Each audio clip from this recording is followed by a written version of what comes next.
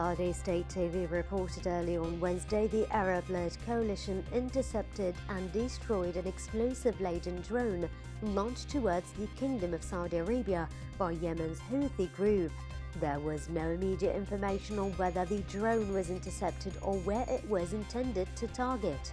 There was no immediate comment from the Houthi movement on the report, which cited a coalition spokesman. U.S. President-elect Joe Biden on Wednesday will formally introduce his pick for Defense Secretary, retired Army General Lloyd Austin, amid concern from some in Congress that the Pentagon should be led by a civilian rather than a career officer.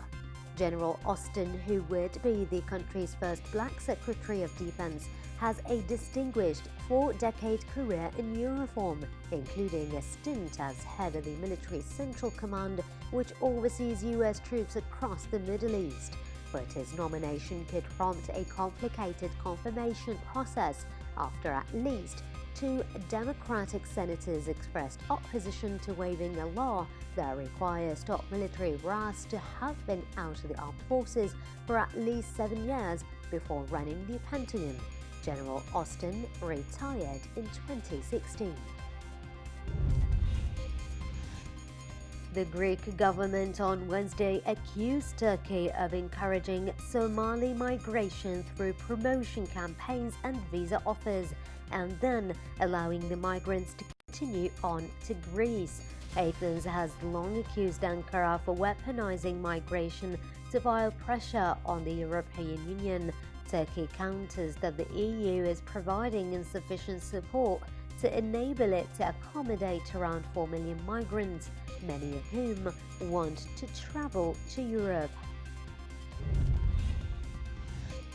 The UN said Wednesday, despite calls for ceasefires and compassion amid the COVID-19 pandemic, violence and persecution have continued to force people from their homes, with record numbers now disabled. By the end of 2019, 79.5 million people were living uprooted and displaced, including nearly 30 million refugees, more than 1% of the world's population.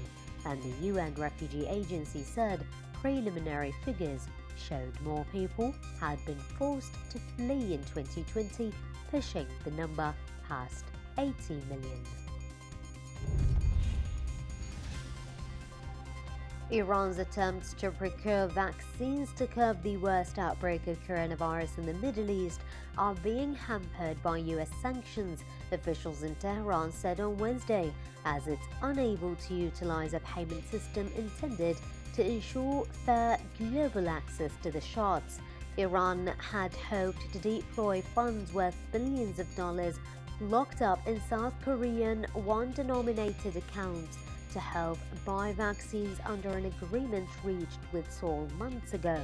However, on Monday, Central Bank Governor Abdul Nasser Himati said U.S. banking sanctions were effectively preventing Tehran from using the COVAX facility that's jointly managed by Geneva-based Gavi, the Vaccine Alliance, and the World Health Organization. President Donald Trump announced a decree Wednesday aimed at granting Americans priority access to vaccines, but faced questions over whether the White House missed an opportunity to shore up sufficient doses in the months ahead.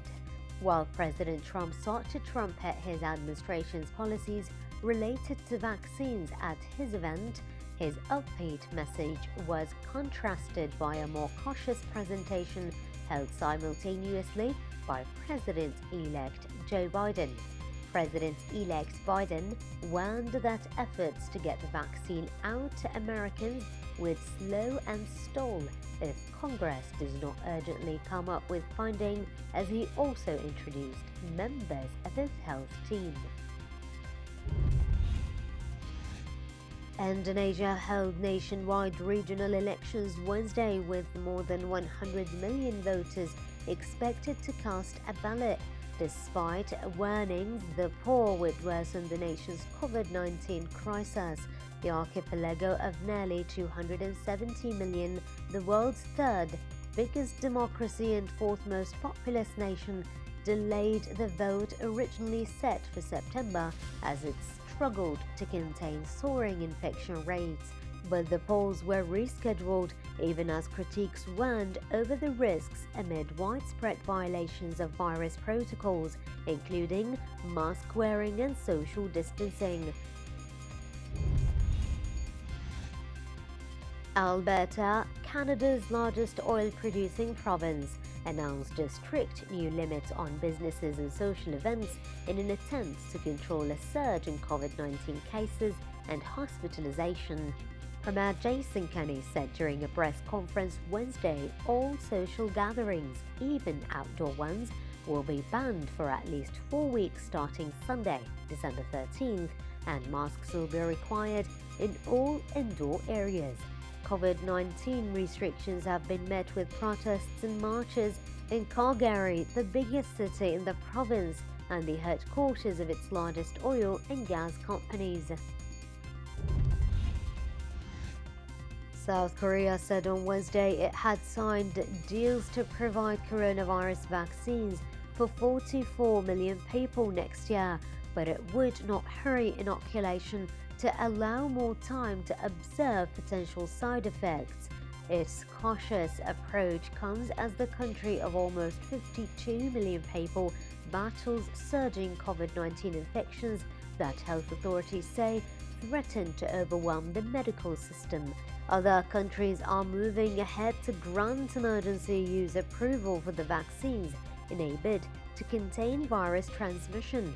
Britain began rolling out Pfizer's COVID-19 vaccine on Tuesday, and the United States and India have launched regulatory reviews on some vaccine candidates. According to officials, nearly 1,700 passengers on a Royal Caribbean cruise to nowhere from Singapore were told to stay in their cabins on Wednesday after a COVID-19 case was detected on board, forcing the Quantum of the Seas ship back to port. The Singapore Tourism Board said all passengers had cleared a test for COVID-19 up to 3 days before the cruise started on Monday. The director of the cruise segment at the Singapore Tourism Board said the passengers and crew will stay on board in their rooms until contact tracing is complete. They will also undergo mandatory COVID-19 testing before leaving the terminal. Venice has been hit by high tides of up to 1.5 meters after its flood barrier system was not activated as a result of mistaken forecasts. Weather bulletins had predicted high tide rising to 1.2 meters lower than the 1.3 meters level at which the 78 mobile barriers of the defensive system would usually be activated. By the time the water had entered the lagoon on Wednesday morning, completely flooding the narthex of St. Mark's Basilica, it was too late for the system to take effect. A government official said Wednesday India's government will consider amending reforms that have sparked protests by farmers fearing the end of guaranteed crop prices, but it will not abandon the plan. Farmers have been demonstrating for 2 weeks against the deregulation that will allow them to sell produce to buyers beyond government-regulated wholesale markets, where growers are assured a minimum price. Small growers fear the change, part of Prime Minister Narendra Modi's liberalising reforms, will mean the end of price support for staples such as wheat and rice and leave them at the mercy of big business.